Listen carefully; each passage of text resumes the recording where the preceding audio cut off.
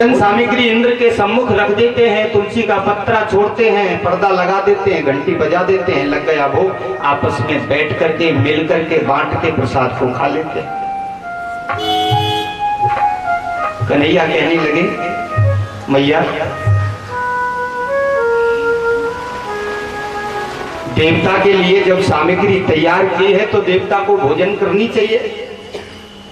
और हमारा तो यहाँ जो गिरिराज है ना, गिरिराज मैया, वो गिरिराज साक्षात स्वरूप देव है। जब हमारे ब्रज पर कोई संकट आता है तो गिरिराज पर्वत ही हमारी रक्षा करता है। इसलिए सभी ब्रजवासियों से निवेदन कि वह सभी गिरिराज का पूजन करें। पूरे गांव में हल्ला हो गया और गिरिराज की ओर जाने में से सामान उतार करके रखा और गिरिराज भगवान का पूजन करने लगे। कन्हैया ने कहा, ग्वालो जाओ यमुना से जल लेकर के आओ और मेरे गिरिराज को स्नान कराओ। 7 कोस का गिरिराज, 7 कोस में फैला हुआ गिरिराज पर्वत कावड़ बना करके कंधे पे रख करके यमुना का जल लेकर के आते हैं और गिरिराज को स्नान कराते हैं। लेकिन तो 7 कोस का गिरिराज ग्वाले थक गए, हार गए, पसीना पसीना हो गए। तब कन्हैया की शरण में गए और जाकर के कहा, गोविंद ये कैसी तू सेवा हमसे करवा रहा है? ये सेवा हमारे बस में नहीं है, हम ये सेवा लाला तेरे गिरिराज की नहीं कर सकते। अरे तेरो गिरिराज तो 7 कोस में फैलो गयो है लाला, हम कैसे तेरे गिरिराज को स्नान करावेंगे? कई दिन बीत जाएंगे तेरे गिरिराज को स्नान कराते कराते। गोपाल हम तुमसे विनती करते हैं, कोई उपाय करो। तो मेरे कृष्ण गोपाल ने कहा कि अरे ग्वालों क्या चाहते हो? ग्वालों ने कहा कि भैया हम तो ये चाहते हैं कि यमुना जी अगर यहीं आ जाएं तो बहुत अच्छी बात है, हम तुरंत तेरे गिरिराज को स्नान करा देंगे। मेरे प्रभु ने मन से यमुना मैया का ध्यान किया और यमुना मैया का ध्यान किया, मन से भगवान ने ध्यान किया और यमुना मैया गिरिराज पर्वत पर ही प्रकट हो गई। बोलो यमुना मैया की जय। यमुना मैया प्रकट हुई। आज हम उसे मानसी गंगा के नाम से जानते हैं। भगवान ने मन से संकल्प किया था, ग्वालों ने कहा कि गंगा मैया आ गई, इसलिए मानसी गंगा का नाम उनको दिया गया। उसमें स्नान करने के बाद शरीर के अनेक रोग विलीन हो जाते हैं, शरीर में से अनेक रोग निकल करके बाहर हो जाते हैं, शरीर हृष्ट पुष्ट हो जाता है, शरीर अपने आप को ये देह प्रसन्नता महसूस करता है, मन पवित्र हो जाता है, जीवन धन्य हो जाता है। गिरिराज जी को स्नान करायो और स्नान कराए करके गिरिराज को तिलक करो, भगवान गिरिराज को पूजन करो। भोजन की सामग्री गिरिराज के सामने रख दी और प्रार्थना की, गोपाल कहाँ है तेरा गिरिराज? बुला तेरे गिरिराज को, हमारे सामने भोग लगाएगा आकर के। ये तो शर्त रखी गई थी। मेरे कृष्ण ने उस गिरिराज की महत्ता को बढ़ाने के लिए 2 रूप धारण किए। एक रूप तो गिरिराज में स्थापित किया और एक रूप स्वयं ब्रजवासियों के साथ है। बड़ी दिव्य लीला है राजा परीक्षित। आज मेरे प्रभु आप ही पूजत हैं और आप रहे पूजवाए। अपने आप ही पूज रहे हैं, अपने आप ही अपने आप को पूज रहे हैं। आज ऐसी दिव्य लीला मेरे प्रभु ने की। राजा परीक्षित ऐसी दिव्य लीला को आंखों को बंद करो और भगवान के सुंदर दर्शन करो। बाल मुकुंद आज 7 वर्ष के बाल मुकुंद हैं और गिरिराज की लीला कर रहे हैं। इंद्र बड़ा प्रसन्न है कि आज तो हमारी पूजा होगी ब्रजमंडल में, किंतु इंद्र को क्या पता कि ब्रजमंडल में इंद्र से भी बड़ा देवता आ गया है। इंद्र के अनुचर आकर के ब्रज में चक्कर लगाने लगे। आज तो हमें भोजन की सामग्री मिलेगी, 56 प्रकार का भोग हमारा लगाया जाएगा। आज तो हमारे देव इंद्र का पूजन है ब्रजमंडल। गिरिराज का पूजन किया, बाल मुकुंद ने दो रूप बनाए, एक रूप गिरिराज में स्थापित किया, एक रूप से स्वयं पूज रहे हैं, एक रूप से पूजवा रहे हैं। गोपाल ने पूजा करवाई और गिरिराज ने आकर के और 56 तरह का भोग जो बनाया हुआ था ब्रजवासियों ने, सारे भोग को प्राशन कर गए, सारे खाद्य सामग्री को भोग लगा गए, एक दाना तक नहीं छोड़ा।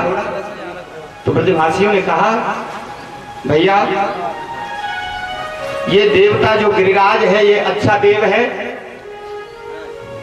पहले हम जब इंद्र की पूजा करते थे तो सारा प्रसाद ब्रजवासियों को मिलता था, किंतु आज जब हम गिरिराज की पूजा कर रहे हैं तो सब कुछ भगवान जितनी भी सामग्री थी, कृष्ण कन्हैया सब सामग्री प्रसन्न कर गए और जय जयकार की ध्वनि होने लगी। सभी ब्रजवासी बड़े प्रसन्न हैं और सभी ब्रजवासियों को बड़ा आनंद हुआ। जिस समय गिरिराज पूजन हो रहा है उस समय इंद्र के अनुचर वहां खड़े हुए थे। इंद्र के अनुचरों ने जाकर के इंद्र से कहा, अरे महाराज आज सज धज करके कैसे बैठे हो? इंद्र ने कहा, आज हमारी पूजा करने आएंगे ब्रजवासी। अनुचरों ने कहा, भूल जाओ उन ब्रजवासियों को और भूल जाओ उस पूजा को, अब तुम्हारी कोई महत्ता ब्रजमंडल में नहीं है। ब्रजमंडल में तो गिरिराज का पूजन प्रारंभ हो गया है, गिरिराज को देवता बना लिया ब्रजवासियों ने। इंद्र क्रोधित हो गया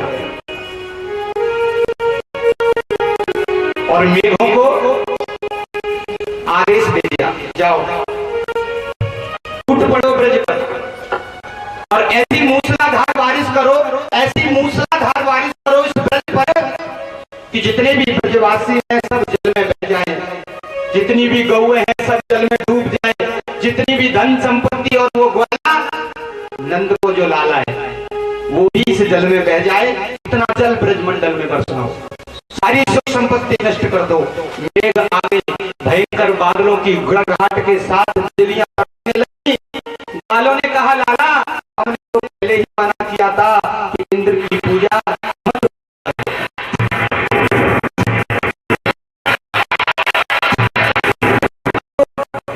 इंद्र कौन बचाया?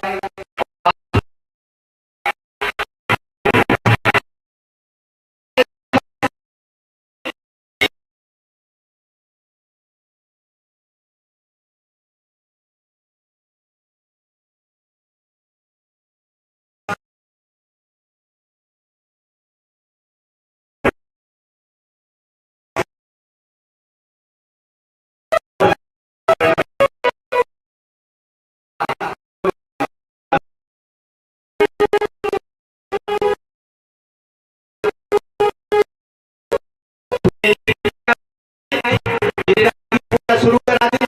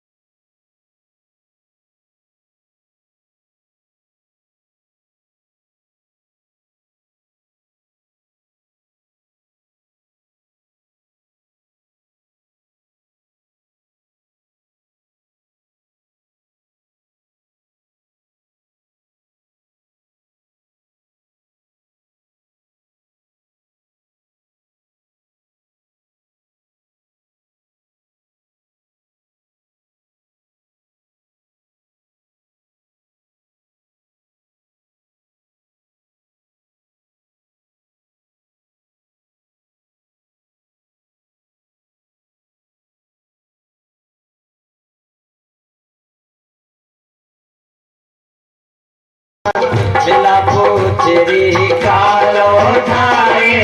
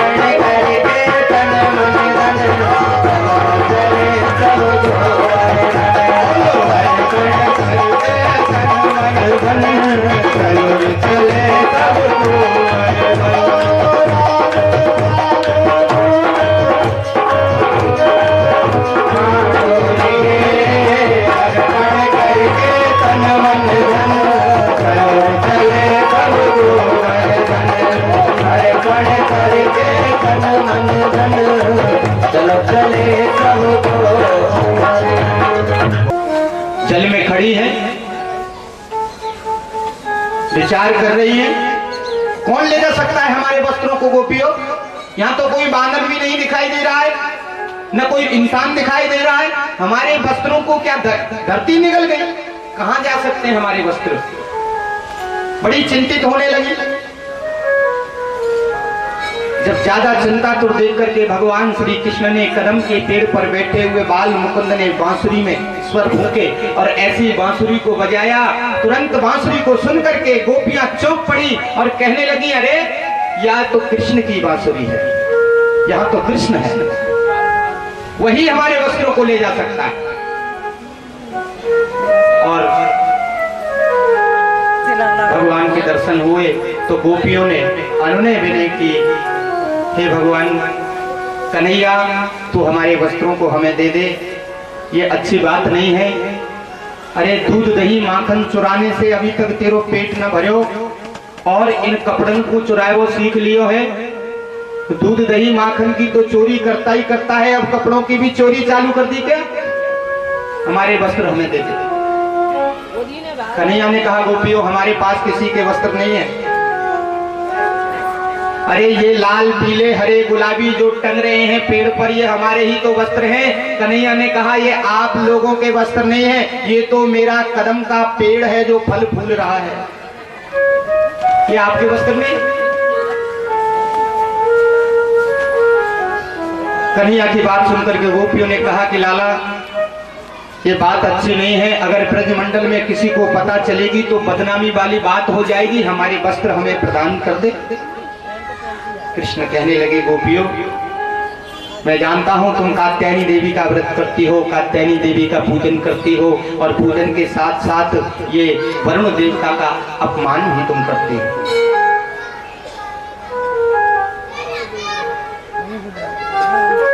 गोपियां कहने लगी, वारे कन्हैया, तेने इस ब्रज मंडल में मैया यशोदा के और बाबा नंद के चोखे नाम निकारे, ऐसे ऐसे कामन्य कर रोए लाला, जाकर के मैया से शिकायत करेंगी तो तेरी ठकुराई सब निकल जाएगी, हमें दे दे हमारे वस्त्र। कन्हैया ने कहा, यदि वस्त्र चाहिए तो हमारे पास आओ और अपने अपने वस्त्र लेकर के जाओ। कन्हैया ने कहा, गोपियां कहने लगी, लाला निर्वस्त्र होकर के हम इस यमुना में खड़ी हैं और लज्जावश होकर के हम तुम्हारे पास कैसे आ सकती हैं? कृष्ण ने कहा, गोपियों कामदेव खड़ा है सामने। कामदेव ने अपने धनुष पर बाण चढ़ा लिया, क्यों कि सारा जगत भगवान कृष्ण को योगी कहता है, लेकिन कामदेव कहता है कि मैं योगी से बनने नहीं दूंगा। कामदेव धनुष पर बाण चढ़ा करके खड़ा हुआ है और इधर गोपी भगवान से अनुनय विनय कर रही है। कामदेव ने विचार किया कि जैसे ही गोपी बाहर निकलेगी ना, वैसे ही मैं बाण छोड़ दूंगा कृष्ण के ऊपर। कृष्ण ने कामदेव को देखा, कहा, कामदेव कैसे आगमन हुआ? अरे महाराज, आपको सारा जगत योगी कहता है और मैं आपसे युद्ध करने के लिए आया हूं, आप मुझसे युद्ध करिए। भगवान ने कहा, तू मुझसे युद्ध करेगा? आज तू मुझसे युद्ध करने के लिए आया है,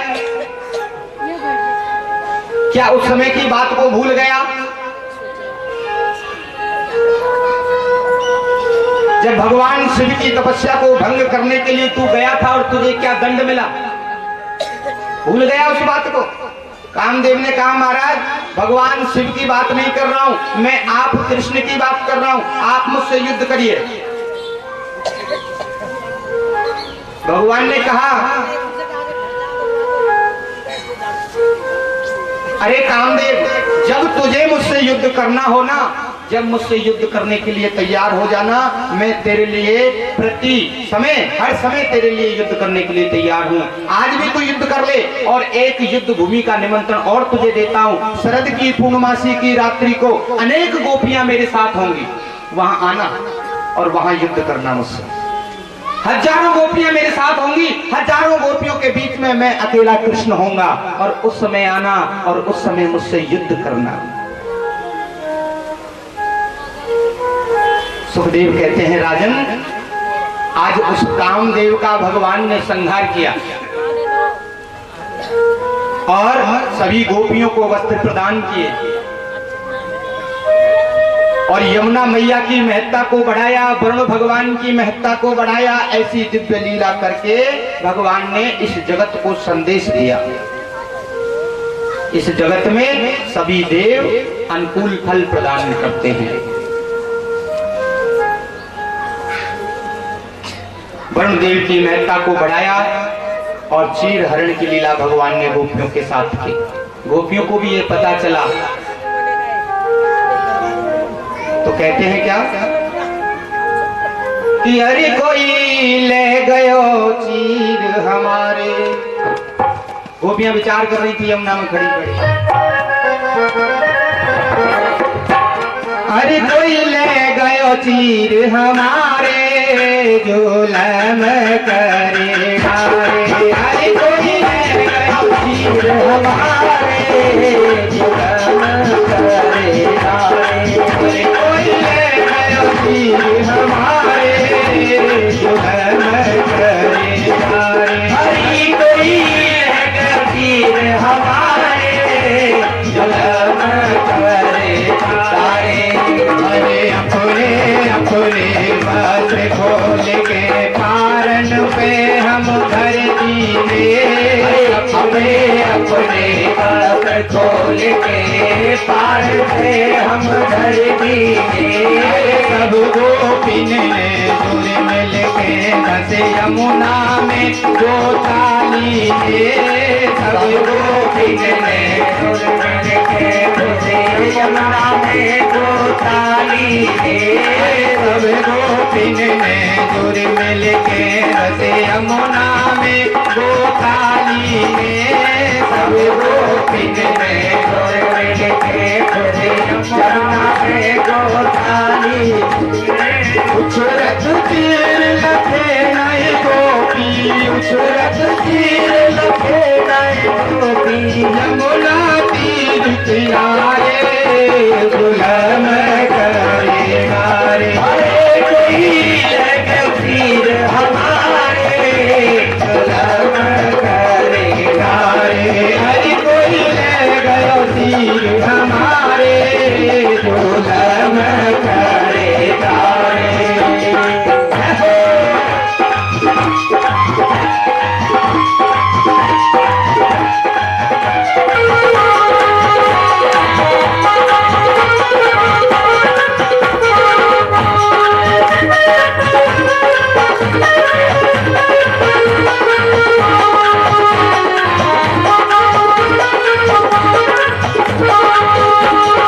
देखत चारों तरफ गोपिका, कोई नजर में आयो। देखत चारों ओर गोपिका, कोई नजर में आयो। होकर नगन खड़ी यमुना में, मन में शोक बहुत छायो। अरे होकर नगन खड़ी यमुना में, सोच बहुत मन में छायो। नहीं कोई वानर, नहीं कोई मानुष, नहीं कोई वानर, नहीं कोई मानुष। कोने मादर मारे, जुलम करे हारे। अरे कोई ले गयो तीर हमारे,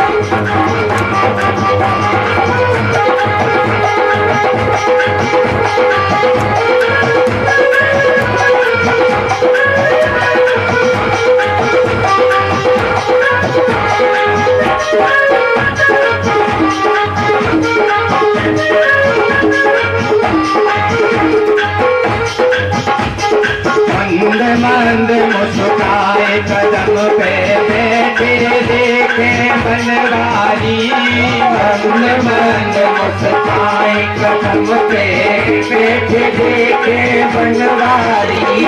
आई समय बजाए रही बंसी चौक पड़ी ब्रज की नारी, आई समय बजाए रही बंसी चौक पड़ी ब्रज की नारी। देखो सखी कदम पे तो देखो सखी कदम पे तो धन्य मोहना प्यारे जो लम करे नारे। हरि कोई वीर हमारे जो लम करे नारे, हरि कोई गयो तीर हमारे जो लम करे नारे।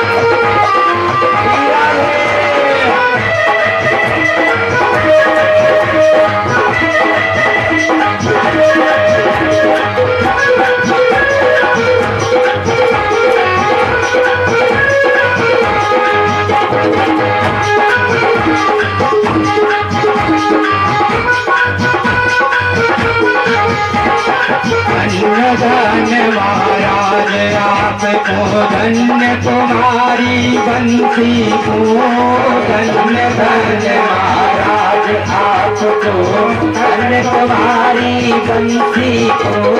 धन्य धन्य ब्रज के बसवे को, धन्य तुम्हारे गुण को, धन्य धन्य ब्रज के बसवे को, धन्य तुम्हारे गुण को। तीर गहाए नहीं गुर बरने जाए तिहारे जो लम करे नारे। हरि कोई तीर हमारे जो लम करे नारे, हरि कोई गया तीर हमारे जो लम करे नारे।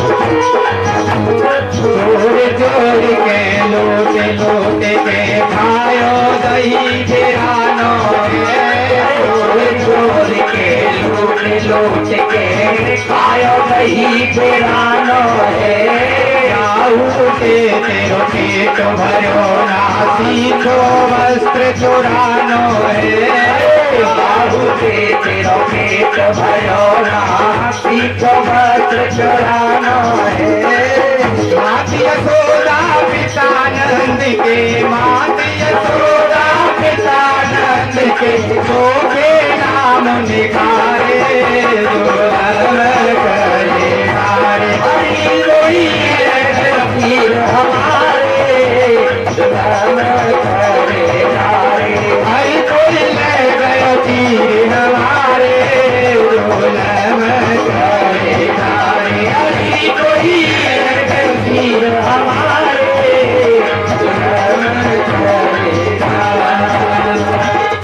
बोले श्री बाल मुकुंद भगवान की जय। जय जय श्री राधे श्याम। चीर के चुरैया की जय। कृष्ण कन्हैया की जय। बांसुरी के बजैया की जय हो। माखन के चुरैया की जय हो। नाग के नथैया की जय हो। कारे कन्हैया की जय हो। बोलवंशी वाले की जय। कहते हैं सुखदेव जी महाराज